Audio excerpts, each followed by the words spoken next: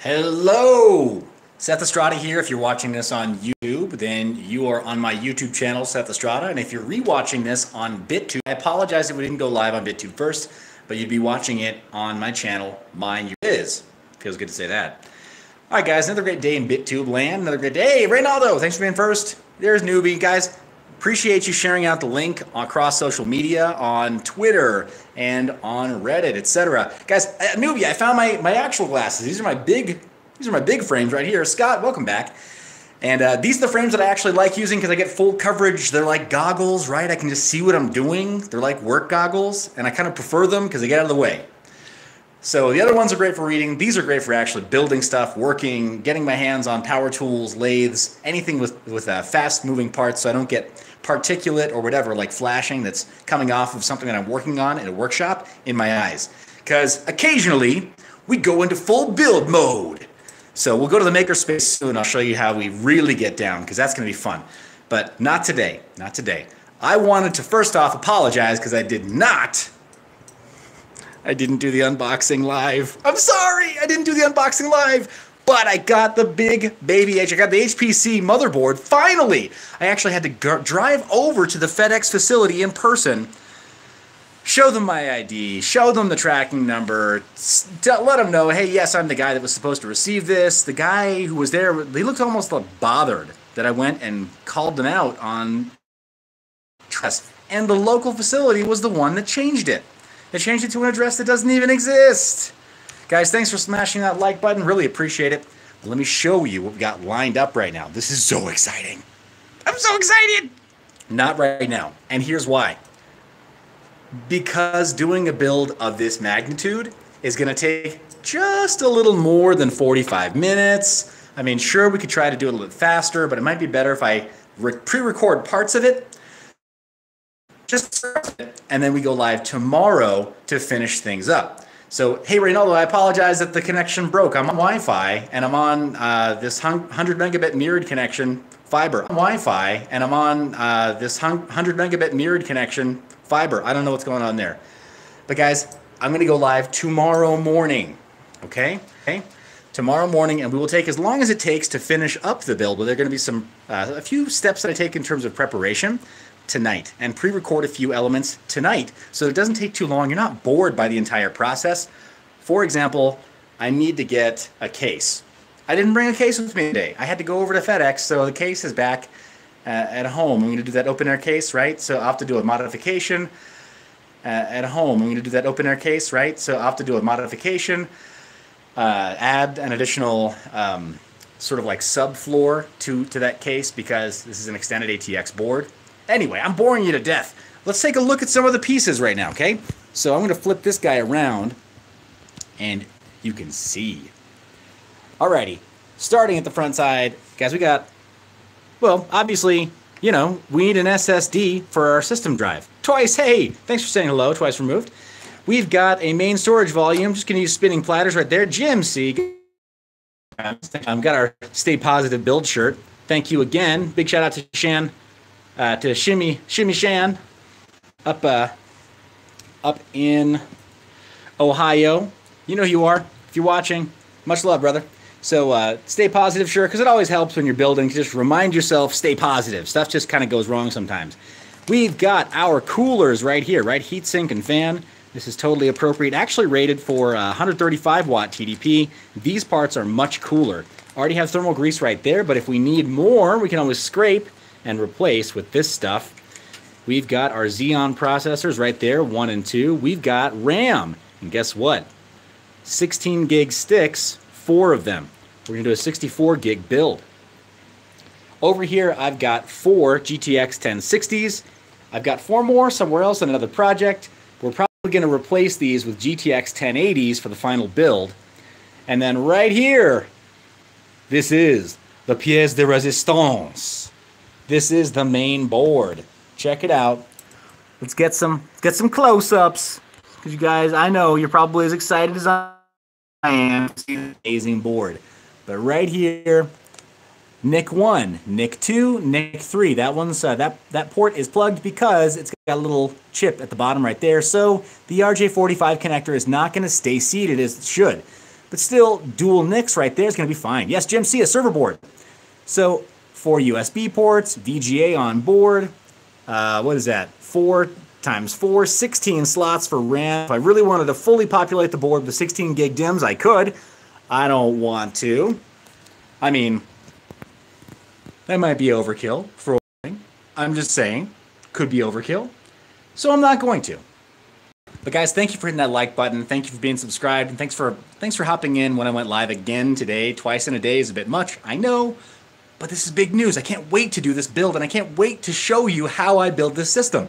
So I went with a server board for doing AI and render because, frankly, that's what's classically been used, what's traditionally been used for those kinds of applications. You want something that has 24/7 uptime. You want something that's reliable. You want something where if a component does break, you got a phone number you can call. Hey, what gives? Will you help me fix this stuff? And I see Khalid in the comments. Thanks for saying hello, brother. Appreciate you stopping in. So, right here, let's take a closer look at this board. Alrighty. Got all those ports right there. Got so many fan headers. We'll talk about that tomorrow morning. And then we got plenty of PCIe slots right here. And we'll talk about that later on. Hey, Khalid, thanks so much for the compliment on the glass. Here's the thing. You almost can't tell because they've got an anti-reflective coating. You almost can't tell they actually have lenses. So I really like these glasses. They're easy to use when sitting at a desk. I haven't gone like whatever, the gunner style with the tint or whatever, right? So anyway, guys, this is the base system for our build. Let me show you the PSU as well. So I'll move this board out of the way, gently set it over to another place where I've got another project that I'm shooting simultaneously. Who's that in the comments? I see Michael C. Oates.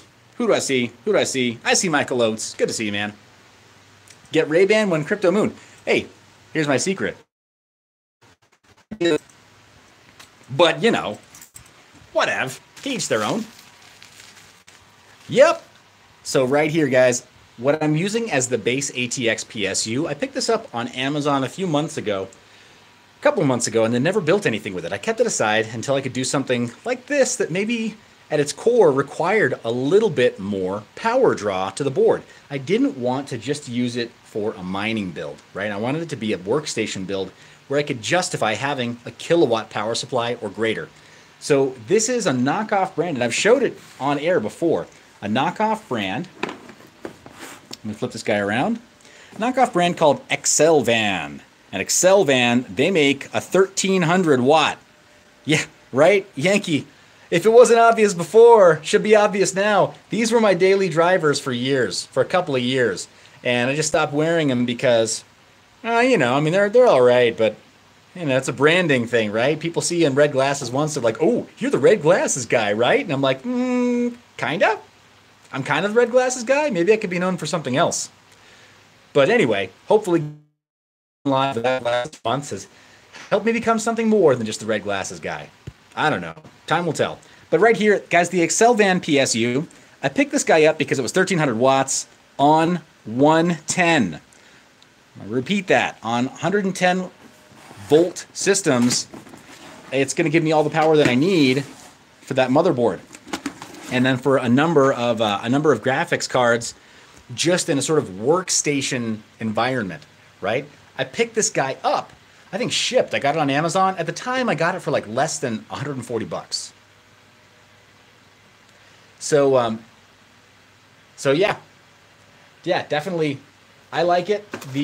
I've shown you before on live that the casing, it's going to look very familiar. The casing on this PSU, see that chamfered edge right there? It reminds you of any other PSUs, and then the top right there, that grill, it reminds you of some other PSUs you've seen, right? That's because in this class, at this output, Paul Stevens said it, ding, ding, ding, right? And Yankee said it. Corsair, right? Corsair has all kinds of PSU models that are based on the same chassis. And like Yankee said, there are 101 knockoffs of this PSU. So I saw this one and I was like, here's the thing, man. You can't get any more Chinese than Chinese. And all the components inside, they're all Chinese. So, like, I'm not going to be all picky about like, well, Corsair sounds like such an American name, or Corsair sounds like quality. No, as miners, right, and as now, as high performance compute system builders, connoisseurs that we know better, right? We know better than to believe like, well, this one looks great because it looks like it could be a Western European part, or this one looks great because it's probably made in America. No, very few pieces actually are, right? So I'm not worried about that. But I picked up this PSU specifically for a build like this that was going to be high performance. And I thought, when I picked it up, I thought probably high performance from a desktop workstation point of view, maybe a gaming build, maybe. Probably not. I never have time because when I'm at home, I've got kids, and when I'm at work, I've got tons of work. So I never have a chance to really game. So let's see. Scott is saying something about he had a bad experience with a cheap PSU. Hey, that's the thing. Cheap PSUs, cheap PSUs are cheap. That's the problem. Let's take a look at the pinouts on this one. It's modular, as you saw before, fully modular. So let's look, well, from the inverted view. This is kind of an oddball. There are a couple of cheap PSUs that have this design where you see it's 4 pins, but it's a straight 4 instead of a stacked 4, which is what you would normally find, right? Or like you see with GPU power, it's kind of a standard, right, of having there be 6 pins, or rather 8 pins on this side, and then the dual output on the other side of 8/6, right? 2 of them are removable. But on these guys, where it says peripheral IDE SATA, can't really see that too well. Let me flip this camera around. That way you can read what I'm reading. But taking a look at the readout right here. See, so PCIe, kind of what you'd expect. 6 is all I need, guys. Really, it's all I need for this build. I might want to do an additional PSU, but if I wind up needing more power, then I'm just going to add this. Right, guys? It's not rocket science. It's mining. So I'll just add this to supplement the power if I need. But right here, 24 pin, just fine. Here's what I'm talking about. These connectors right here are where you can really see that it's cheap. Same with the translucent plastic right there. These connectors are not ultra high quality. And I know this, guys. I know this. I know it's not high quality. Just be aware that I'm fully aware of that. However, I've got loads upon loads of cables just kind of lying around, guys. I've got far more boxes hidden off camera than you ever see. So I've got GPU cables, not a problem. So as long as I don't overload this system, these cables are going to be fine. So these might be light gauge cables, right? And like Yankee's saying, different strokes for different folks. I just had this one lying around, and I wanted to try something different. So the one thing that has me concerned, though, is, again, right here.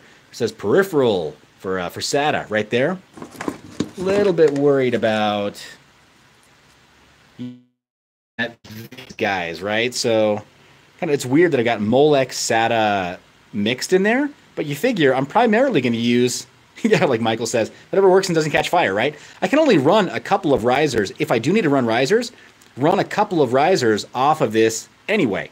And by risers, I'm talking about, let me be clear. For this build, I'm not talking about USB risers, right? I'm talking about full riser ribbons. Let me show you. I drummed up 5. I just happen to have 5 lying around. And so I'll be using that in this build. And Samuel is asking, why not put dual GPUs inside? Great question, Samuel.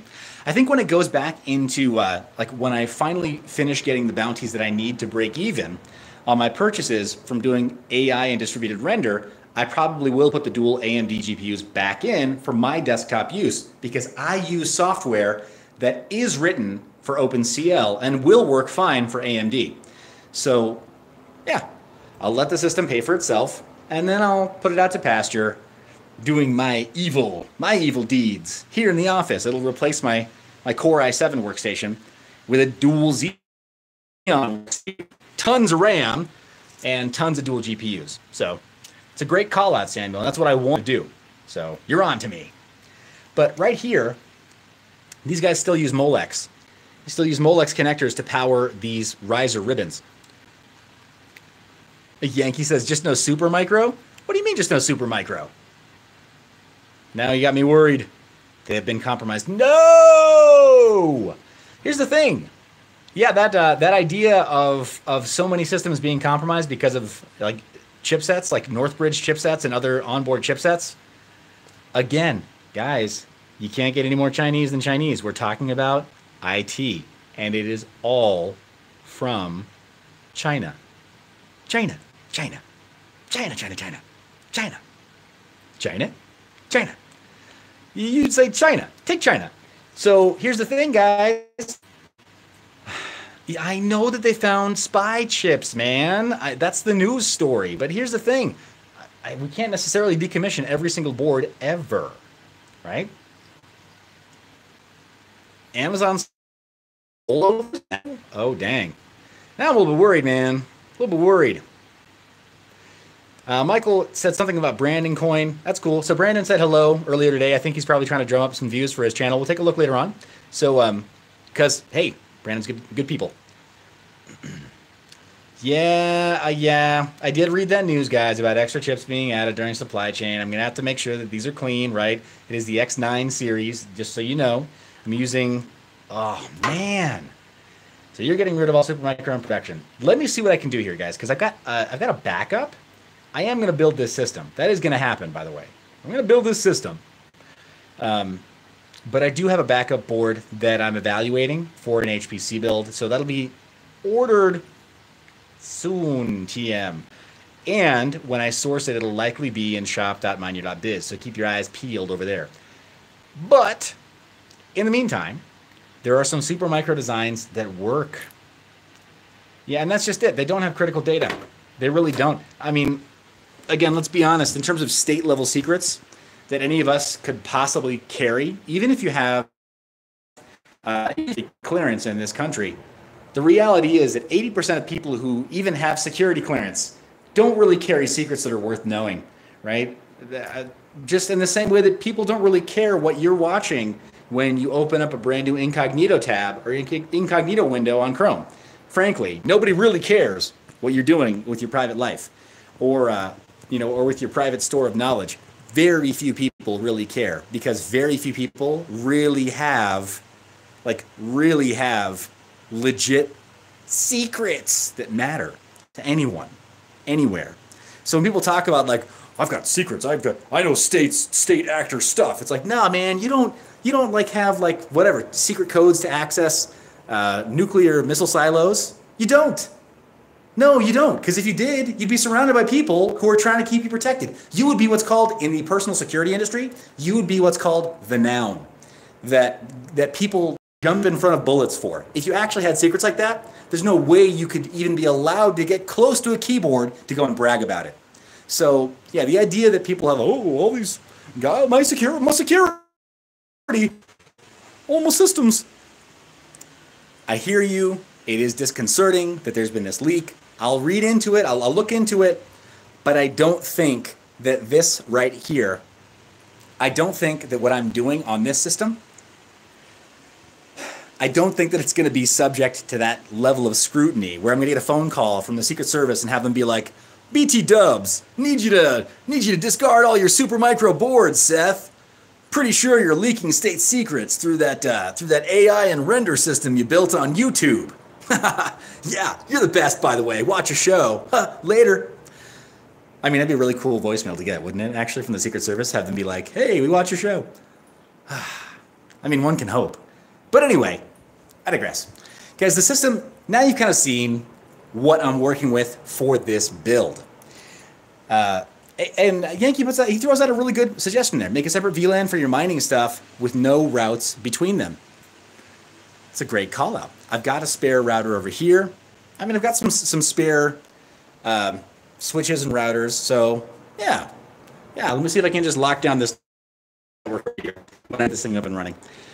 So great call outs, guys. At the same time, I know that I need to check to see if this stuff is compromised. Like that's a frustration. However, life moves on.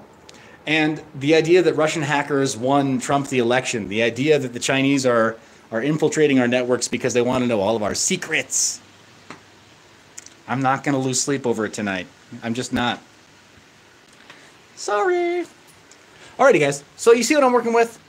64 gigs RAM is what we're going to throw into this system. 2 processors, 6 GPUs, but we're probably going to start just with these 4, you know, just to make sure we're solid. And then we're going to work with this ATX PSU as the main PSU, and then a server PSU as a backup. So we're going to do a little bit of pre-work tonight. I'll probably do a little bit of pre-assembly. Actually use my good camera to produce some content, some good content for once.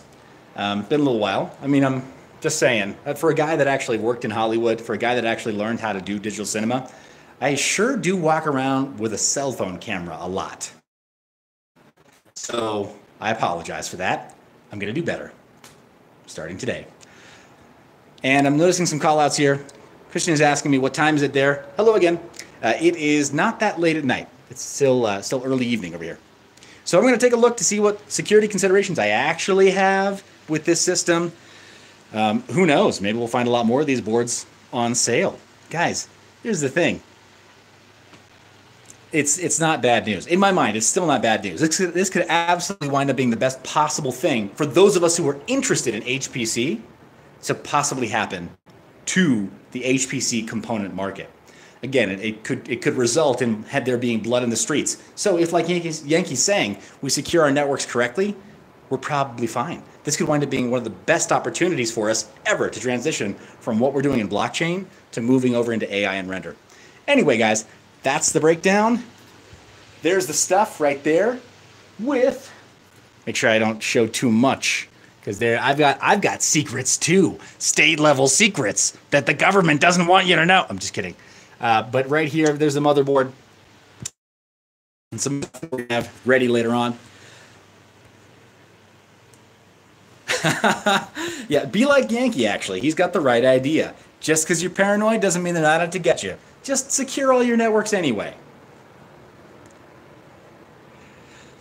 And one last question from Samuel. Do you think Tron will cause people to use seed boxes, to make seed boxes similar to miners? Blockchain could create a lot of trends, right? It could create a lot of different compute trends over the next year or two. But at the same time, we're finding that there aren't enough blockchain projects that are offering enough value, inherent value, to keep the adoption rate as high as it was when the market was really sexy, right? When the market attracted people with high prices. We're at the point now where the value, like the industry needs to stand and deliver. Until that happens, AI and render projects have a lot of my attention right now. Mining does too, of course, but not necessarily because I'm like, oh yeah, this project is totally worth all of my effort and it's going places and its roadmap is solid. Like Yankee, you put it very well in the comments there. We need worthwhile projects that actually do something. And when I say provide value, I mean an objective third party needs to be able to tell us, oh yeah, that's cool. Somebody who's not interested in price action on crypto needs to be able to say honestly, yeah, that's a great project. It affected me in this way. I find that valuable. I find that remarkable. Now I'm talking about project X, Y, or Z. We're not seeing that very much in crypto. Yeah, so everyone's saying, we're the future of money. We're tired of it. People who are outside of crypto, like, they're barely getting started and they're already getting bombarded with 2, 3. I think since the inception of the proliferation of coin forks, we're upwards of like 5,000 or 6,000 forks. If you really want to try to track down the stuff that's dead, chain dead, not being developed or abandoned, we've got like 5,000, 6,000 coins out there. So for somebody who's never seen blockchain before, never taken it seriously, to walk in and be like, oh wow, cool, I'm here for the future of money, which one is it? They're like, right, come on. How can they even figure it out? How can they even get started? They don't even know. They don't even know where to start. So yeah, we need to add some value. Okay. Alrighty, so somebody asked me as a follow-up, where do I think that Ether 1 price will go when we talk about crypto price? Oh man, right? That is a big question. So let me just revisit my thoughts on Ether 1 briefly. Because as you know, I did a paid review of it, and I've got kind of mixed feelings on the matter. Okay, let's lay back. It's that time of day. I think that Ether One, they've got a good white paper only because they've got a simple roadmap. They're not trying to solve every problem for every person. They're not claiming necessarily, rather, they're not claiming boastfully to be the future of money per se. They're trying to create a service node network that will functionally just serve websites. That's it. And while I don't think that they're trying to create like a service that's approachable by grandma, so to speak, I think they would pair that service, those service nodes, with some kind of a visual website builder, right? Like the front end builders, like whatever Wix or Weebly, Squarespace, etc. Oh man, Yankee had to drop the bad news in the comments. Maybe it's sitting in the chair, but that just made me extra tired, man. So with Ether One, to continue on that answering that question, guys, Ether One, they've got a simple roadmap. They've got a simple white paper, which is important because these projects need to deliver on milestones that they promise. So I think that Ether One, it could move back up if they can start delivering on a couple of milestones. I think that they could do that. In the same way that that Loki is kicking butt, taking names right now because they started to deliver on milestones. Yankee, thanks for the reminder that Ethereum is about to chop everyone off at the knees. Sleep tight, boys and girls. Thanks for hitting that subscribe button. Thanks for hitting the bell icon after you're subscribed so that you're notified when videos come out. Thank you for checking out shop.mineyour.biz. That is in large part, how efforts here are supported. So thank you for taking a look, grabbing some merch, getting a cool hat, for example. This GPU can hash all night, the others. You're the reason I make these videos. I love your face. I will see you very soon with a high-performance computer in hand.